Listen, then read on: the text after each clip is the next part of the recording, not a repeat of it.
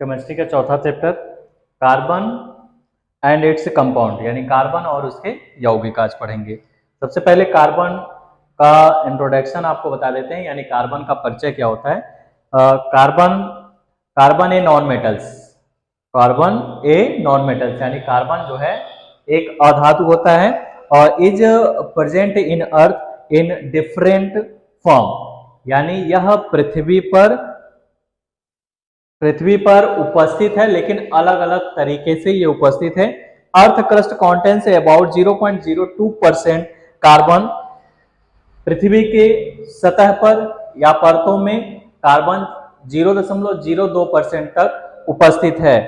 और हमारे wild atmosphere यानी हमारे एटमॉस्फेयर में, वातावरण में कंटेंट से about 0.03% carbon as CO2, CH4, ठीक इस तरह से, यानी हमारे वातावरण में कार्बन जो है वो मेथेन के साथ या कार्बन डाइऑक्साइड के साथ अगर यौगिक के साथ मिलकर आता है तो वह 0.03% तक होता है। ऑल प्लांट्स एनिमल यानी सभी पौधे, जानवर एंड लिविंग ऑर्गेनाइज यानी जो सजीव हैं are made of carbon compound, यानी ये सब मिलकर कार्बन के यौगिक बनाते हैं। विच कॉल्ड ऑर्गेनिक कंपाउंड, जिसे हम ऑर्गेनिक कंपाउंड यानी कार्बनिक यौगिक कहते हैं। अब इसमें आता है कि बॉन्डिंग इन कार्बन यानी कार्बन में किस तरह का ये बंध बनता है। द कोवैलेंट बॉन्ड, जिसे हम सहसंयोजक बंध कहते हैं, कोवैलेंट बॉन्ड यानी सहसंयोजक बंध। The atomic number of A carbon is 6, यानी कार्बन का जो एटॉमिक नंबर होता है, कार्बन का एटॉमिक नंबर जो होता है वो 6 होता है, यानी इसका परमाणु क्रमांक 6 होता है। एंड इट्स इलेक्ट्रॉनिक कॉन्फ़िगरेशन, अगर इसका हम इलेक्ट्रॉनिक विन्यास करते हैं, इलेक्ट्रॉनिक विन्यास जब किया जाता है, इसका इलेक्ट्रॉनिक विन्यास जो होता है वो 2,4 होता है, यानी पहले सेल में या पहले उपकोष में 2 इलेक्ट्रॉन होते हैं, दूसरे उपकोष में या दूसरे सेल में जो होता है वो 4 इलेक्ट्रॉन होता है। An atom of a carbon contains 4 valence electron and to complete its octet it many other donate 4 electron, तो C पर पॉजिटिव 4 इलेक्ट्रॉन हो जाएगा और में एक्सेप्ट 4 इलेक्ट्रॉन, अगर 4 इलेक्ट्रॉन वो ग्रहण करता है तो उस पर चार्ज नेगेटिव चार्ज हो जाता है। Both the condition are not energetically favourable, so carbon atom for covalent bonds with other atoms, this is known as a tetravalency of a carbon। कह रहा है कि कार्बन का अगर हम कॉन्फ़िगरेशन करें, यानी कार्बन का परमाणु क्रमांक 6 होता है और अगर इसका इलेक्ट्रॉनिक विन्यास करते हैं तो 2,4 और पहले उपकोष में 2 इलेक्ट्रॉन, दूसरे उपकोष में 4 इलेक्ट्रॉन, तो ये जो होती है, अगर इसकी बैलेंसी पूछी जाती है, इसकी बैलेंसी कितनी है यानी संयोजकता कितनी है, इसकी संयोजकता जो होती है वो 4 होती है। अगर ये किसी को 4 इलेक्ट्रॉन दान करता है तो इस पर पॉजिटिव चार्ज आ जाता है, अगर ये 4 इलेक्ट्रॉन ग्रहण करता है तो इस पर ये नेगेटिव चार्ज आ जाता है। तो 4 अगर देगा तो प्लस के 4 इलेक्ट्रॉन, अगर 4 ग्रहण करेगा तो नेगेटिव में 4 इलेक्ट्रॉन इस पर हो जाते हैं। Covalent bond a chemical bond formed by the sharing of electrons between two combining atom is called covalent bond, यानी केमिकल बॉन्ड जो रासायनिक बंध होता है, उस रासायनिक बंध में क्या होता है कि electrons between the two combining, यानी 2 आपस में जब संयोग करते हैं या बंध बनाते हैं, इसी को हम सहसंयोजी बंध कहते हैं। फॉर्मेशन ऑफ कोवैलेंट बॉन्ड का मतलब ये कितने बॉन्ड बनते हैं या कितने तरह के बॉन्ड होते हैं, सहसंयोजक, उप सहसंयोजक और आयनिक बंध, ये 3 तरह के आपको बंध यहाँ पर मिलेंगे। तो formation of a covalent bonds are a form between 2 atoms by equal sharing, जब बराबर की साझेदारी होती है तो सहसंयोजक बंध बनता है। नंबर ऑफ कोवैलेंट बॉन्ड यानी सहसंयोजक बंधों की संख्या जो होती है depend upon the number of electron, वो इलेक्ट्रॉनों की संख्या पर निर्भर करता है। पेयर शेयर, वो कितने जोड़े का वो शेयर करता है या साझेदारी करता है। दे आर द 3 टाइप्स, यानी इसके आधार पर 3 तरह के जो होते हैं वो हमारे बंध होते हैं। Single bond, double bond, triple bond, यानी एकल बंध, द्विबंध और तीन बंद होते हैं। सिंगल बॉन्ड की अगर बात कही जाती है तो single bond when one electron pair is share, जब एक इलेक्ट्रॉन की साझेदारी होती है तो वहां पर जो होता है सिंगल बॉन्ड बनता है। और डबल बॉन्ड कब बनेगा? When two electron pair is share, यानी जब दो इलेक्ट्रॉनों की साझेदारी होती है तो वहां पर डबल बॉन्ड बनता है। ट्रिपल बॉन्ड कब होगा? When three electron pairs are shared, यानी जब तीन इलेक्ट्रॉनों की साझेदारी होती है तो वहां पर आपका तीन इलेक्ट्रॉन साझेदारी होगा तो ट्रिपल बॉन्ड यानी त्रिबंध बनेगा। सम सिंगल कोवैलेंट बॉन्ड क्या होते हैं, पहले इसके बारे में जानते हैं। सिंगल कोवैलेंट बॉन्ड यानी single covalent bond, a single bond is form by sharing one pair of electrons between the combining atoms, यानी जब एक इलेक्ट्रॉन की साझेदारी होती है, जब एक इलेक्ट्रॉन की साझेदारी होती है तो उसे हम एकल बंध कहते हैं।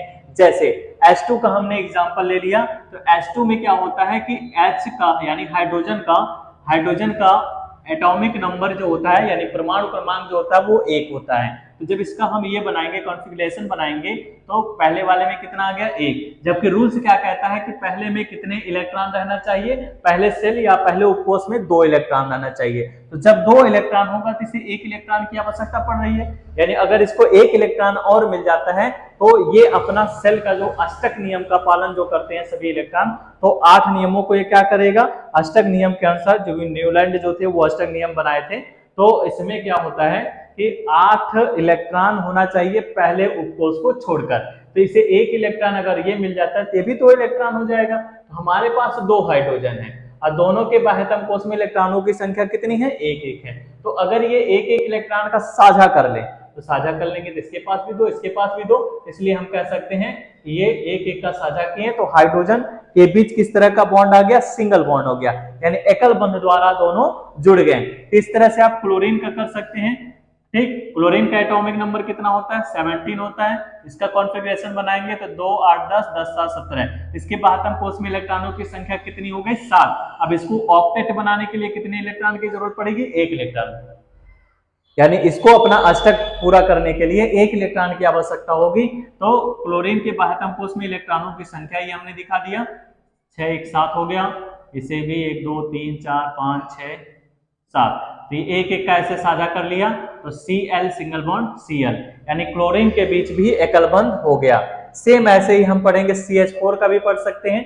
ये तो सेम एटम्स का था। अगर मान लीजिए मुझे CH4 बनाना है तो कार्बन का पता है कि चतुष्फलकी होता है, बाह्यतम कोष में इलेक्ट्रॉनों की संख्या 4 होती है, हमने ये 4 दिखा दिया। हाइड्रोजन को 4 तो ऐसे दिखा दिया गया। हाइड्रोजन के बाह्यतम कोष में 1-1 इलेक्ट्रॉन है, ये 1-1 से साझा ऐसे कर लेगा। तो इस तरह से इसका स्ट्रक्चर बन गया। ये सब सिंगल बंध द्वारा जुड़े हुए हैं। तो मेथेन की संरचना थी ये भी आपका एकल बंध द्वारा जुड़ा है, यानी सिंगल बॉन्ड द्वारा जुड़ गया है। डबल बॉन्ड क्या होता है, ए double bond is a form by sharing 2 pairs of electrons between the combining atoms, यानी जब 2 इलेक्ट्रॉनों की साझेदारी होती है आपस में कार्बन के साथ या किसी और एलिमेंट के साथ, तो उसे हम द्विबंध कहते हैं। इसमें क्या होता है, जैसे हम ऑक्सीजन का एग्जांपल ले लेते हैं। ऑक्सीजन का एटॉमिक नंबर जो होता है वो 8 होता है, यानी परमाणु क्रमांक इसका 8 होता है। इसका जब हम बनाएंगे कॉन्फ़िगरेशन तो 2,6 लिखेंगे। अब इसके बाह्यतम कोष में इलेक्ट्रॉनों की संख्या 6 है। अगर इसको ऑक्टेट का पालन करना है यानी अष्टक नियम का पालन करना है तो 2 इलेक्ट्रॉन इसको और मिल जाए तो ये हो जाएगा। तो हम O2 का एग्जाम्पल ले रहे हैं, तो O2 में ऐसे 2 ऑक्सीजन हो जाएंगे, बाह्यतम कोष में इलेक्ट्रॉनों की संख्या दिखा देंगे 6, 6, 6 ऐसे। ठीक, तो ये 2-2 की जरूरत पड़ रही है, तो 2-2 की जरूरत पड़ रही है तो ऑक्सीजन के बीच हम डबल बॉन्ड लगा देंगे तो यह द्विबंध का एग्जांपल हो जाएगा। ट्रिपल बॉन्ड क्या होता है, triple bond is a form by the sharing of 3 pairs of electron between the combining atoms. It is the important to know that a triple bond is stronger than a double bond as well as single bond. कह रहा है कि त्रिबंध जो होता है इन दोनों बंधों से मजबूत होता है, स्ट्रॉन्ग होता है, सिंगल बॉन्ड से भी और डबल बॉन्ड से भी। दूसरा चीज क्या है कि जब हम किसी कार्बन के बीच 3 इलेक्ट्रॉनों की साझेदारी करते हैं उसे हम ट्रिपल बॉन्ड या त्रिबंध कहते हैं। जरूरी नहीं है कार्बन के साथ ही हो, कार्बन के अलावा कोई और एलिमेंट, जैसे नाइट्रोजन का एग्जांपल ले लेते हैं, तो नाइट्रोजन में भी आपका क्या होता है, ट्रिपल बॉन्ड आ जाता है। कैसे, जैसे हम मान लीजिए हम N2 का एग्जांपल ले रहे हैं, नाइट्रोजन का एटॉमिक नंबर इसका 7 होता है, इसका जब हम कॉन्फ़िगरेशन करेंगे तो 2 5 हो जाएगा, तो बाह्यतम कोष में इलेक्ट्रॉनों की संख्या कितनी हो गई 5, इसको कितना इलेक्ट्रॉन चाहिए 3 इलेक्ट्रॉन, 3 पाते ही ये 8 हो जाएगा। तो इस तरह से नाइट्रोजन के बीच हम ऐसे ट्रिपल बॉन्ड लगा देंगे, यानी 3 इलेक्ट्रॉनों की साझेदारी होती है। इस तरह से यह ट्रिपल बॉन्ड को प्रदर्शित करता है। अगर पूछा जाता है कि तीनों बंधों में सबसे स्ट्रॉन्ग बॉन्ड कौन सा होता है, तो आप बताएंगे ट्रिपल बॉन्ड होता है, यानी त्रिबंध एक बंध द्विबंध से भी ज्यादा मजबूत होता है। अगर डिक्रीजिंग ऑर्डर पूछता है तो ट्रिपल बॉन्ड सबसे ज्यादा मजबूत और डबल बॉन्ड उससे कम होता है, सिंगल बॉन्ड उससे कम होता है। इस तरह से कोवैलेंट ऑफ कंपाउंड यानी सहसंयोजक यौगिक क्या होते हैं, compounds containing covalent bond are called covalent compound, यानी जो हमारे कोवैलेंट कंपाउंड हैं यानी सहसंयोजक यौगिक हैं, वो किस तरह से बंध बनाते हैं, तो या तो वो सेम एलिमेंट के साथ बनाएंगे या किसी दूसरे एलिमेंट के साथ जुड़कर बनाएंगे। जैसे हमने एग्जांपल आपको H2 का दे दिया, O2 का दे दिया, N2 का भी दे दिया, HCl का भी बना सकते हैं, H2O का भी बना सकते हैं। चलिए अब एक H2O का आपको बताते हैं। आपको पता हो गया कि हाइड्रोजन के बाह्यतम कोष में इलेक्ट्रॉनों की संख्या कितनी होती है, एक एक होती है, ठीक। और ऑक्सीजन का पता हो गया कि बाह्यतम कोष में इलेक्ट्रॉनों की संख्या कितनी होती है, 6 होती है। तो एक ऑक्सीजन इस हाइड्रोजन से, ये इससे साझा कर लिया, एक एक इलेक्ट्रॉन का साझा किया, इसलिए दोनों एकल बंध द्वारा जुड़ गए। इसे हम कोवैलेंट कंपाउंड कहेंगे यानी सहसंयोजक यौगिक कहेंगे। एलोट्रोप्स ऑफ कार्बन, कार्बन के अपर रूप क्या होते हैं, when an element exists in 2 or more different form in the same physical state, these different form are called another। कह रहा है कि जब कोई भी तत्व 2 या 2 से अधिक या भिन्न प्रकार के सेम फिजिकल स्टेट जिसकी भौतिक अवस्था सेम होती है, these different form of called allotrophs, यानी अपर रूप क्या होते हैं, जिसका रासायनिक गुण क्या होता है, समान होता है, लेकिन भौतिक अवस्था उसकी भिन्न भिन्न होती है, उसे हम अपर रूप कहते हैं। कार्बन के अपर रूप का एग्जाम्पल आप डायमंड, ग्रेफाइट या फ्लोरीन का एग्जाम्पल ले सकते हैं। डायमंड यानी हीरा, ग्रेफाइट और फ्लोरीन जो है ये कार्बन के अपर रूप कहलाते हैं। तो कार्बन के अपर रूपों में इसमें डिफरेंट क्या आप पाएंगे, diamond is the hardest, diamond is the hardest, diamond is the hardest natural substance, यानी हीरा जो होता है, हीरा जो होता है वो सबसे कठोर प्राकृतिक पदार्थ होता है। It is a colourless, colourless transparent substance, यानी ये जो होता है कलरलेस होता है, यानी इसमें कोई रंग नहीं होता है, ट्रांसपेरेंट होता है जिसके आर पार देखा जा सकता है।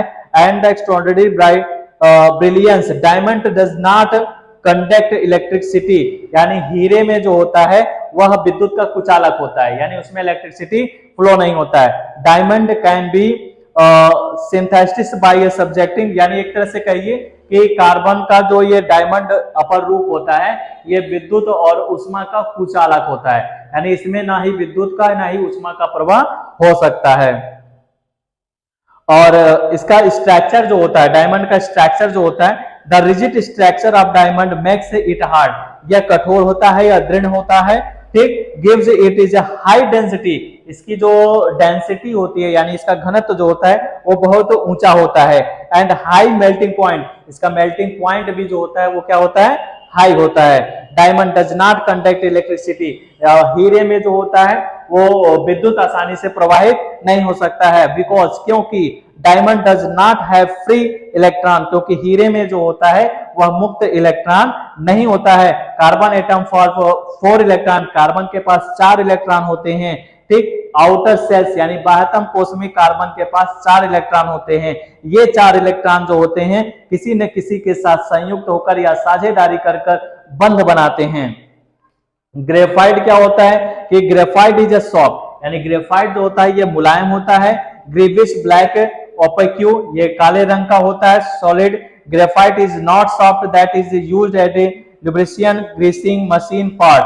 Graphite is a good conductor of electricity, graphite जो होता है वो विद्युत का सुचालक होता है लेकिन उष्मा का नहीं होता है। Its density in A melting point is lower than the diamond, यानी इसकी जो मेल्टिंग पॉइंट होती है और इसका जो डेंसिटी यानी जो घनत्व होता है वो डायमंड की अपेक्षा कम होता है यानी लो होता है। इसका स्ट्रक्चर जो होता है ग्रेफाइट का structure in graphite each carbon atom is linked to 3 other carbon atoms. ये कार्बन के 3 अलग परमाणुओं से जुड़ा होता है। Graphite is a layer is structure the different. Graphite जो होता है each carbon atom form 3 single covalent bond, यानी ग्रेफाइट जो होता है कार्बन के 3 बंधों द्वारा या 3 इलेक्ट्रॉन द्वारा सहसंयोजक बंध बनाता है।